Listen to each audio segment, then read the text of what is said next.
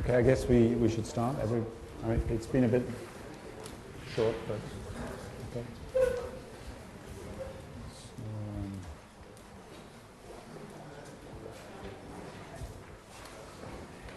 Okay, so it's probably worth pointing out that when we computed the Rademacher complexity for this linear function class, and also for the boosting case, we computed it without the thresholding, if you remember. I mean, we didn't compute the actual classification, the Rademacher complexity of the classification functions, as we did with the VC class.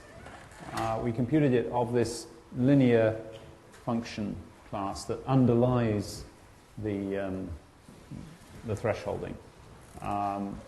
And, you know, this would correspond in a way to the move from the VC bounds to the margin bounds. If we went to the thresholding, we know that the VC for a large... Sorry, that's right. So if we went to the to these large high-dimensional feature spaces, we know that the VC dimension is very, very high, and so we would be lost. So what we're attempting to do is to, in a sense, cheat the BC bound again and use this margin aspect to get a win. And so what we've done is we've computed the Rademacher complexity of the underlying function class, and we've seen that that's actually benign. That's not a problem. But what we have to do now is to get from that underlying function class to the actual classification that we're interested in. And in a way, this is starting to give us a hint of how we might do it.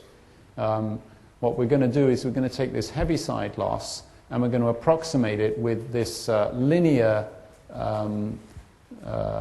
loss, hinge loss, and then we're going to apply the Rademacher complexity to that sort of additional treatment on top of the underlying function class.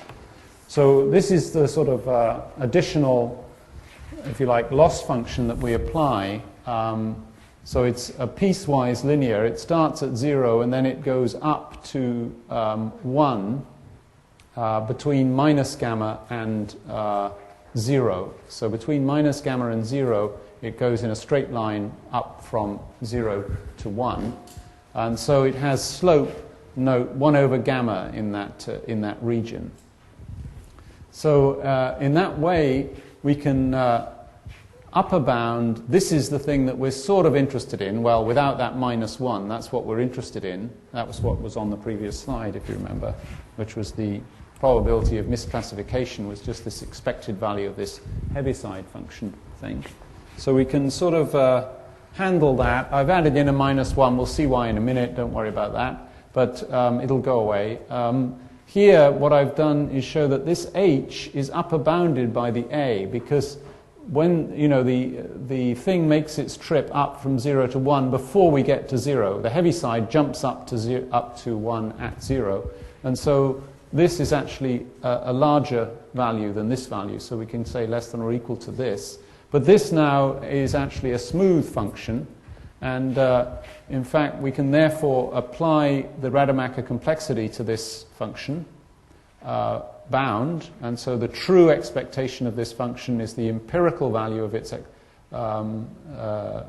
estimation of its value plus the Rademacher complexity of the underlying function class plus this normal term that we have with the Rademacher. So this is applying the basic Rademacher bound at this point.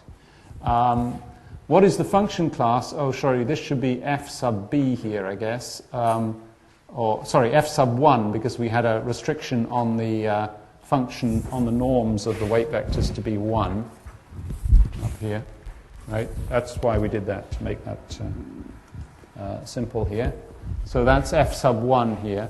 And this is the function a minus 1, which is the function that we're effectively applying. What I mean by that is apply a to f and then subtract 1 from it. And f is sort of this function here, a minus y g of x. Okay. So that's basically the way we're viewing it.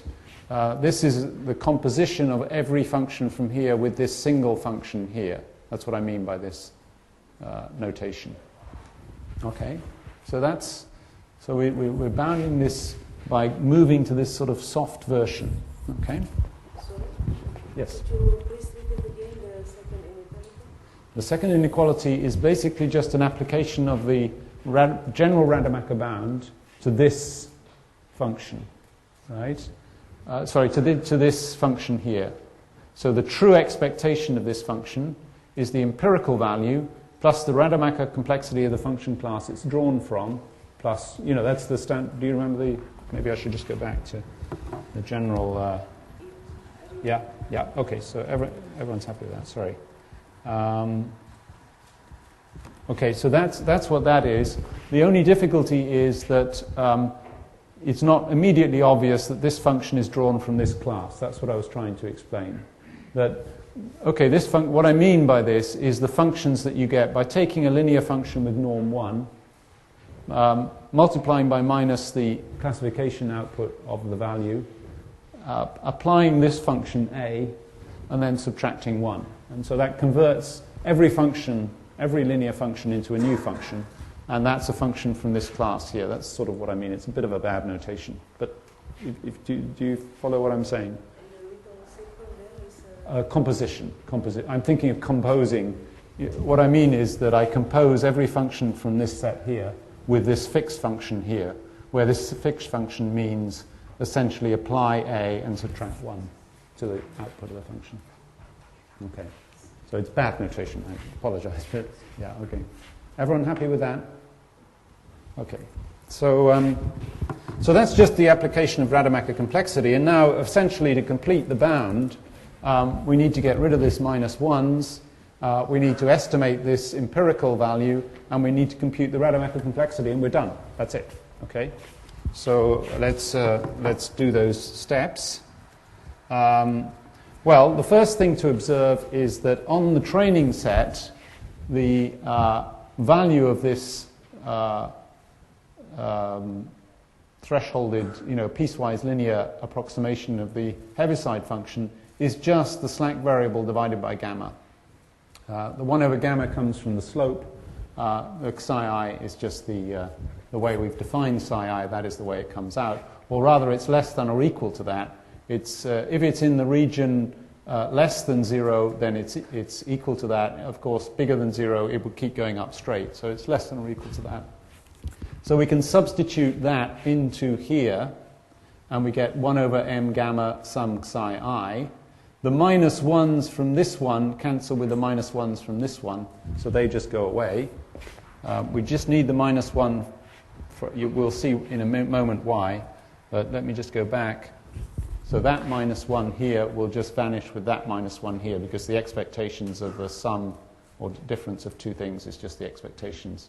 So that will just cancel. This is just psi I over, the empirical estimate of this is just psi I over gamma. And so basically what we have is the sum of the psi I, sum of the slack variables, which is the thing we were trying to minimize anyway, times 1 over m gamma, and this Rademacher complexity. Okay? So there, it's all looking very good. The reason we had that minus 1 in is that what we're going to have to do to bound this Rademacher complexity is to make a general result about the composition of functions with a fixed function, a function class with a fixed function. And that will rely on the fact that the function satisfies that f of 0 is equal to 0. So we had to subtract that 1 to make that true. So what I want to do now, I think, is just sketch the stages. I mean, I want to look a little bit at Rademacher complexity and show you a little bit of what's involved in this proof. Now, I think this is quite an interesting case when the... Okay, so the proof of this item is alluded to in the paper by Mendelssohn and Bartlett, and it's part of a general sort of lemma in which there are several properties of Rademacher complexity listed, most of which are fairly straightforward. Actually, this one refers to a book by Ledoux and Telegrand and is really quite a... If you really want to try and follow through all the steps of the proof, you have to delve into this rather difficult text, and there's really quite a lot of detail in there that you'd have to master. So I think it was sort of nice to try and get a direct proof. So what I've done with a collaborator, Amran Ambraladze, is come up with if you like, an elementary proof of this fact. I was going to go through it, but I don't think I've got time. But I've got the slides, so they're on the wiki or in your notes, so you're able to look through if you're interested. But I think it's nice to see that something that has, if you just break it down step by step, actually there is a quite straightforward sort of elementary proof of this fact. But I just want to sort of illustrate the kind of things, just to give you a flavor of the kind of things that you can do with Rademacher complexity. And that hopefully will set you up to look at the proof if you're interested in looking at it in detail. So just the kind of first example of things you can get, if you've got a real number and you multiply all the functions in a function class f by that real number, the Rademacher complexity goes up by a factor, the modulus of that. And that follows from the fact that if AF is the function achieving the sup for some sigma, then for AF, then that will be true if and only if F achieves the sup for the function class F. So it's just a very straightforward looking at the way the choice of F in that sup is chosen, and it's clear that AF will do the job for you. If we're interested in bounding the Rademacher complexity of this composition of functions from F with a fixed function L, where L is a function that satisfies this Lipschitz condition. That is, that the amount that the output of the function changes is bounded by some constant times the difference between the inputs. In our case, the function was this piecewise linear function, and the Lipschitz was 1 over gamma, because that was the slope of that section that went up from 0 to 1 just before the 0. So the L in our case will be 1 over gamma, and we're applying that function to all the functions in the function class, and we require this property that L of 0 is 0. That's why we had that a minus 1 trick, and it got a little bit complicated. And basically what one can show is that it's less than 2 times the Lipschitz constant times the Rademacher complexity of the base class. So that actually is the result that we need, because now we're in a position to put the bound together. Now, as I said, I think I haven't got a time, because I'd like to talk about Kernel PCA. I think that'll prove more interesting as another application. The rest of these slides here are just going through, breaking down that problem, proving it step by step. And you'll see that actually each step is really quite straightforward. So I'll leave that out. And so that's the end there. So here's the final bound that we get out. So remember that the Rademacher complexity of the base class was 2 over m times this square root, and the Lipschitz constant was 1 over gamma, and we had to add a 2. It was 2 times the Lipschitz constant, so we got 4 over m gamma times this. Okay? So that is the final bound that you get out. The probability of misclassification is given by this quantity here. So we've got a very nice involvement of the 2 parameters that we're optimizing in the optimization that we're trying to solve for the SVM. We've got the gamma coming in inverse, so obviously we want to minimize gamma, and maximize gamma, and we've got this sum of the slack variables which we're trying to optimize as the second component coming in. So it's very clear motivation from the optimization that we're trying to solve. Furthermore, it has this nice property that we actually are measuring the complexity of the examples that we're actually observing. This is coming from the empirical Rademacher complexity component that we use, and it's measured by the trace of the kernel matrix. So that's another nice property that we seem to be sort of getting for free in this case. I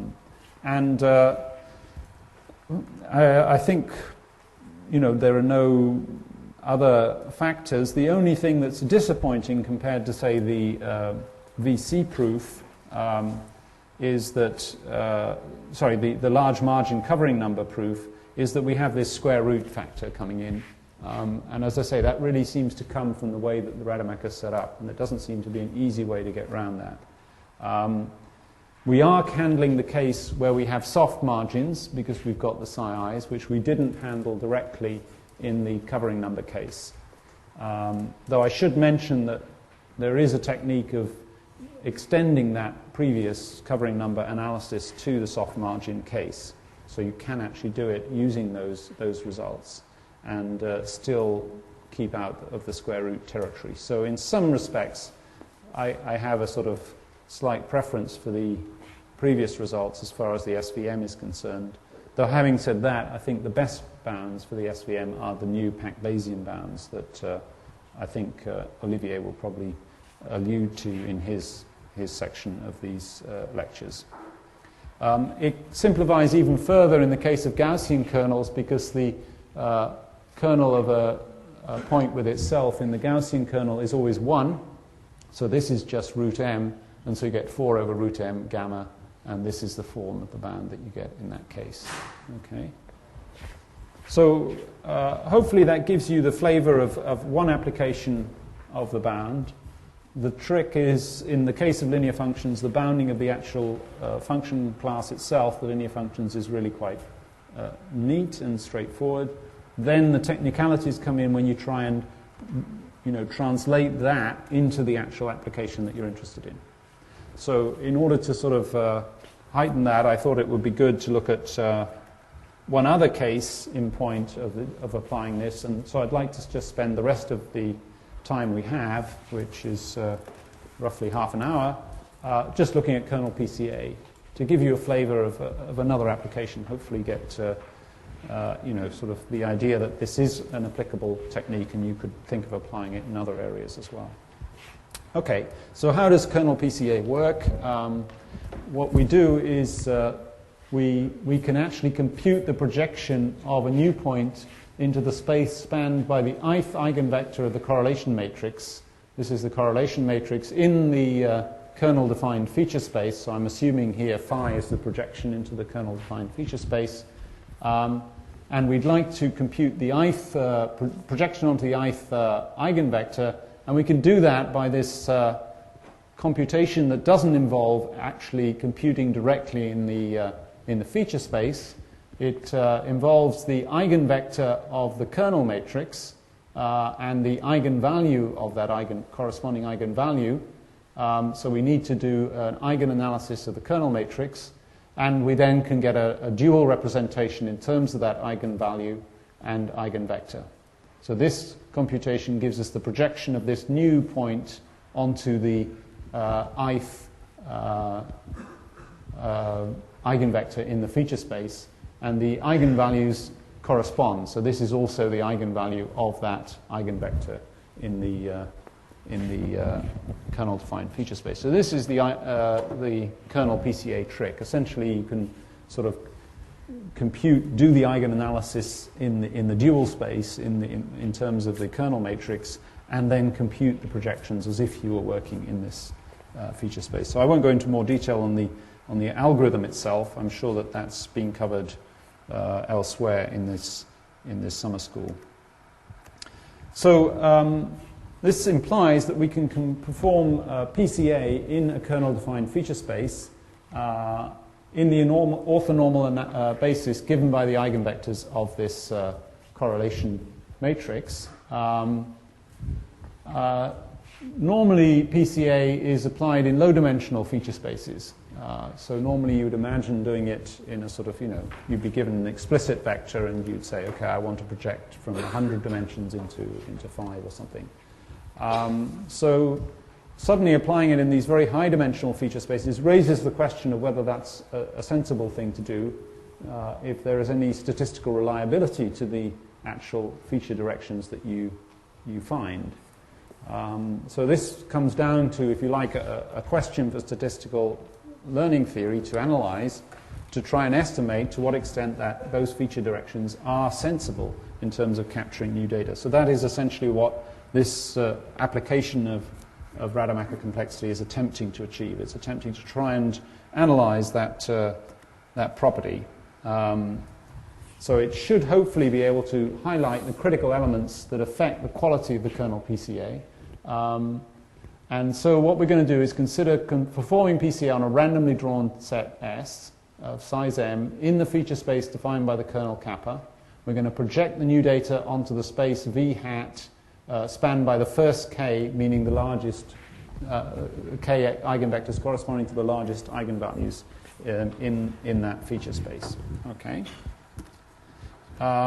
And what we would like to be able to assert is the following, is the result, which says that what we're interested in here is trying to bound how well that space V hat, those projections, are likely to capture new data. So we're going to get some new data, we're going to project it into that feature space that we've learned from our sample, and what we'd like to be able to say is that that feature space that subspace is a sensible space to use for new data. And that means we'd like to be able to say that the new data will have a significant projection in that space, therefore that its orthogonal projection into the orthogonal space is relatively small.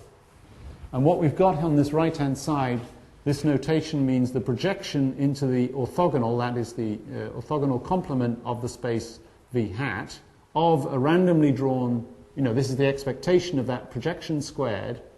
So this is the amount of information that is lost, if you like, when we observe a new data point and start working with it in this projection space. We've lost information about it by projecting it down, and this is a bound on the amount of information we've lost. And we can bound it in terms of the sum of the eigenvalues from k plus 1 up to m of the training sample. So these are the eigenvalues on the training set. Their average, divided by 1 over m, the sum of the last k. And plus this, so there's a term here that is clearly just related to the radius of the ball containing the data and has a 1 over m term, so that should be quite controllable in the log 1 over delta. And this term here, which has a Rademacher flavor to it, and it involves the square root of the dimension divided by the square root of m, plus this sort of normal Rademacher term, which is roughly r squared as well, because you've got a sum of basically terms that are bounded by r squared divided by m here. So this is roughly roughly r squared. Okay, so what this is telling us is, yes, if we've got eigenvalues that fall off quite sharply and we don't have to use too many dimensions, then we are going to get a good representation of the data.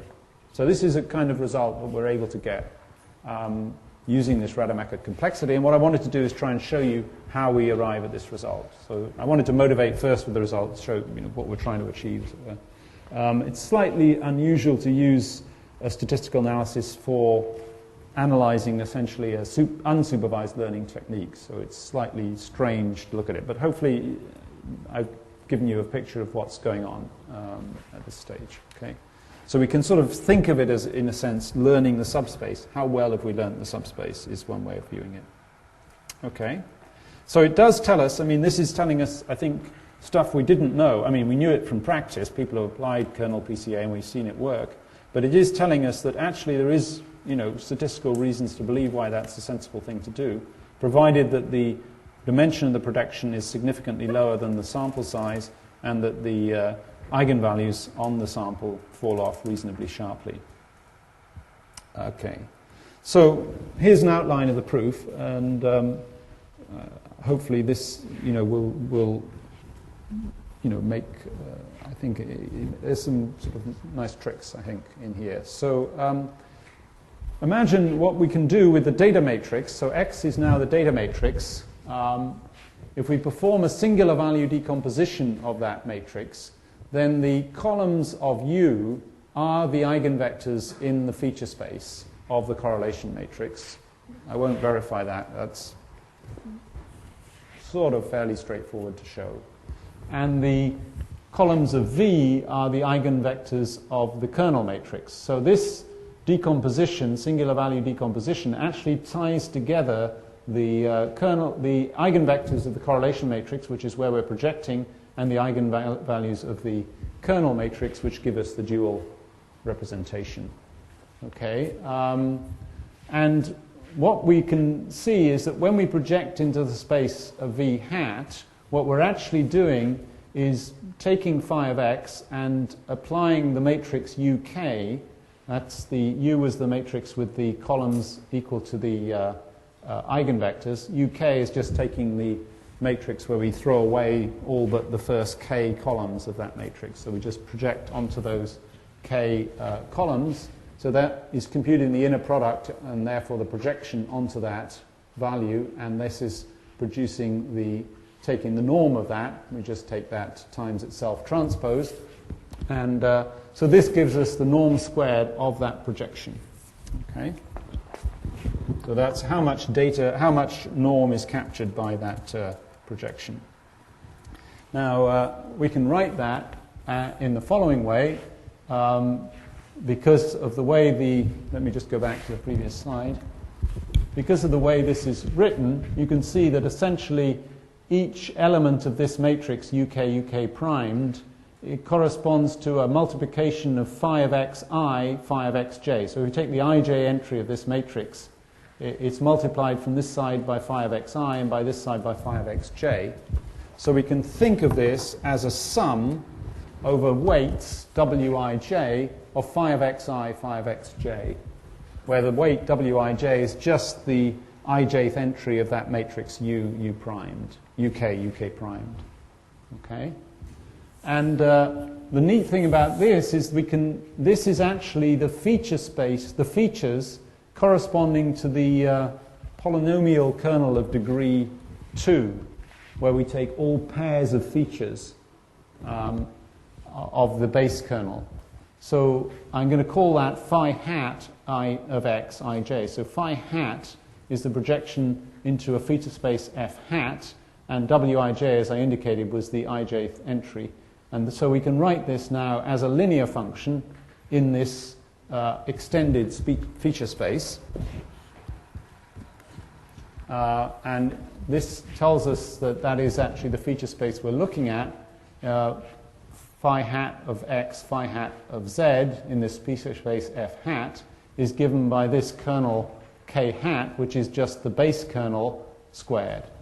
And that is just basically, this is just a rewrite of the standard polynomial kernel of degree 2 construction.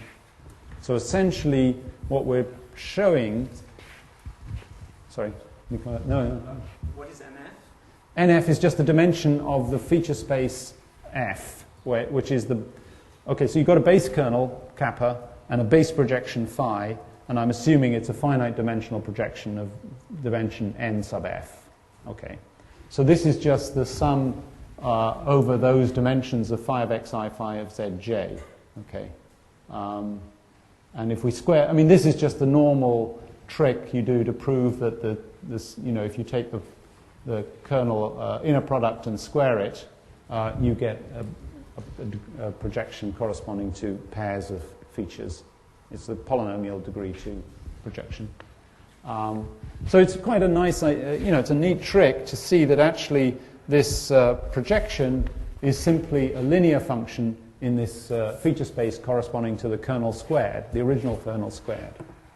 I mean, the reason we want to make it linear is then we can apply our, usual roll out the guns and hit it with the usual Rademacher complexity approach. Okay, so and furthermore we can compute the norm of that function, that linear function. So here's the linear function that corresponds to that norm. So it's the sum of, this should be wij. Sorry, wij squared. I think I used that notation before. It's just the Frobenius norm of this matrix. Remember, the ijth entry in this matrix was the weight wij. So if we sum them squared, which is the norm of the weight vector, then it's just the Frobenius norm of this squared of this matrix. And this matrix can be written as the sum I equals 1 up to k of ui transpose.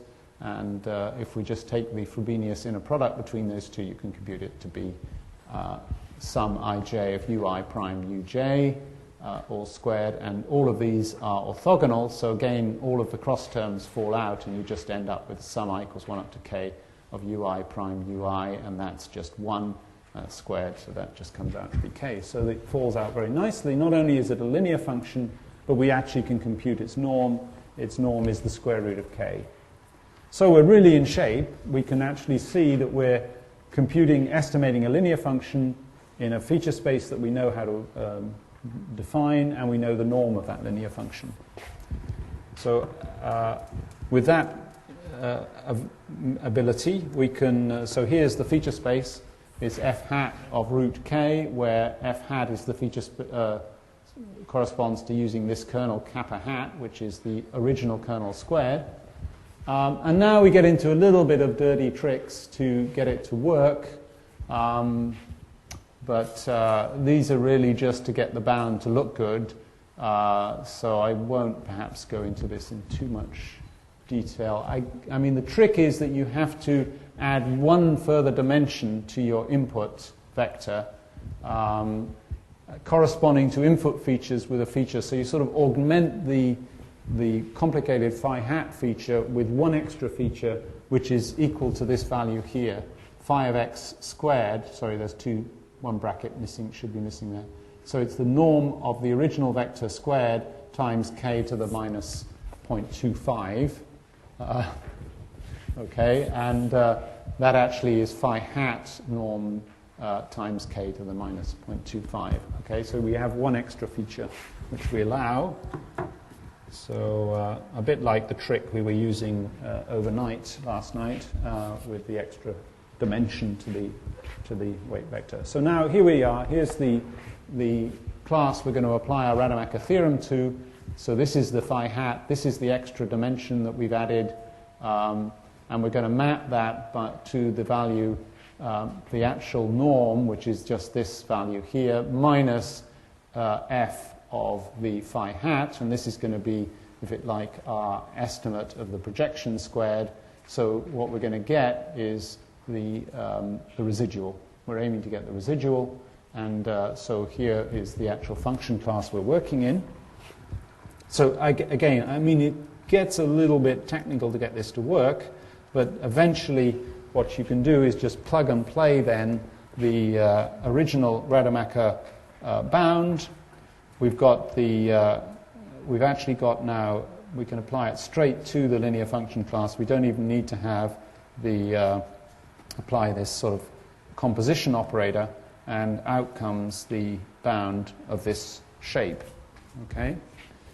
So hopefully I've given you the flavor of how this works, but essentially what we get out of is the empirical estimate of this residual, which is the eigenvalues estimate the empirical loss of the projection.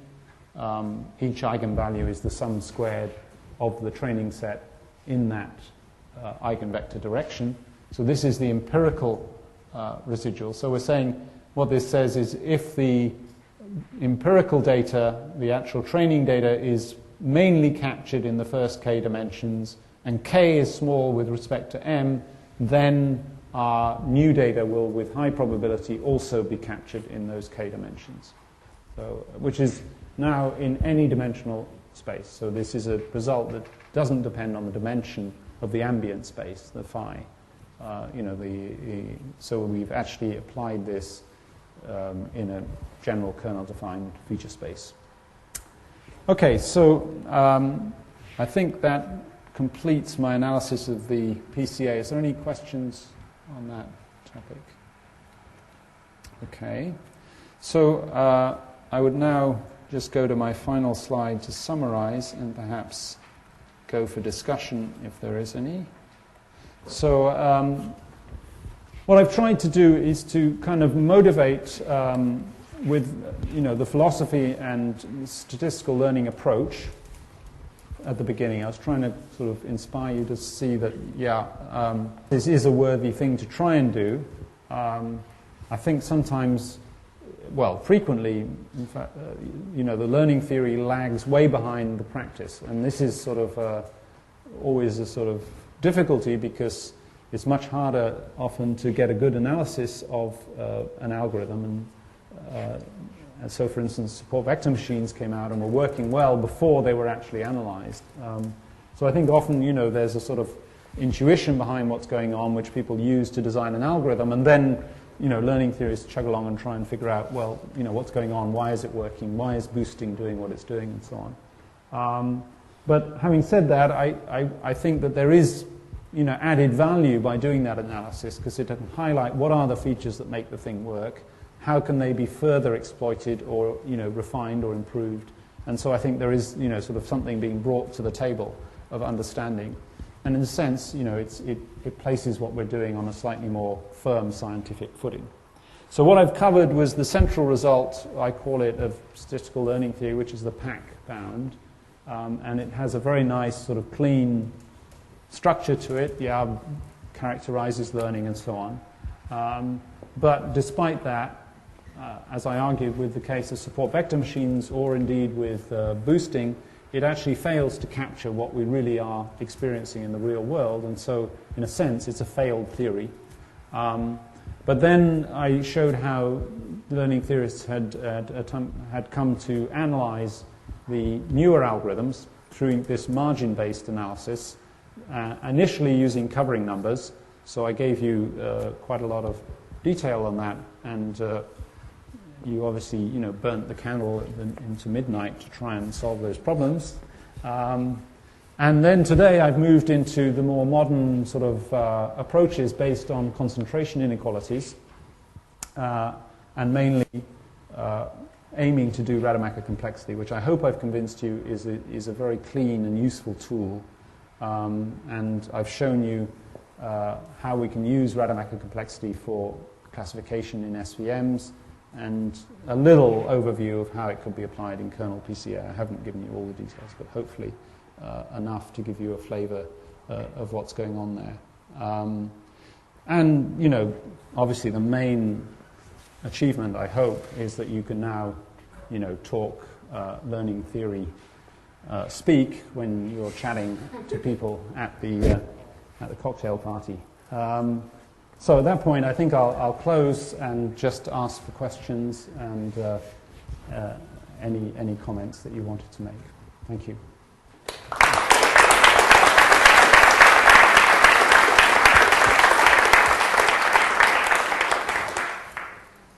So any questions? Yes.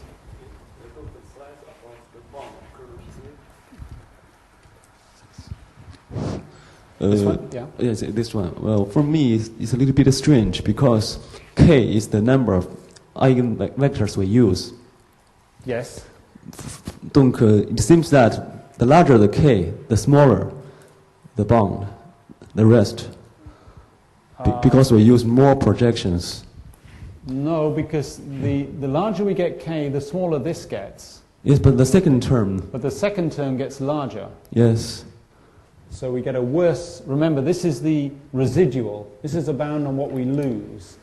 So we... Yes, yes, because the larger the k, the smaller the residue. No? No, not in non-new data. The problem... Oh, okay, I see what you're saying. Sorry, yeah. There is a version of the bound. What this captures... Okay, I understand what you're saying, yeah. Okay, so perhaps I haven't given you the version that perhaps captures what you're saying. There is a version that says the minimum for I bigger than or equal to k with an I here. So what I'm saying is you can, once you've got a capturing of the space, obviously by adding more dimensions you're going to capture more. That's true. But what this is saying is that if you're in high dimensional spaces and this doesn't fall quickly enough, before this gets large, then even by adding extra dimensions, there's going to be a significant chance that new data is not in those dimensions.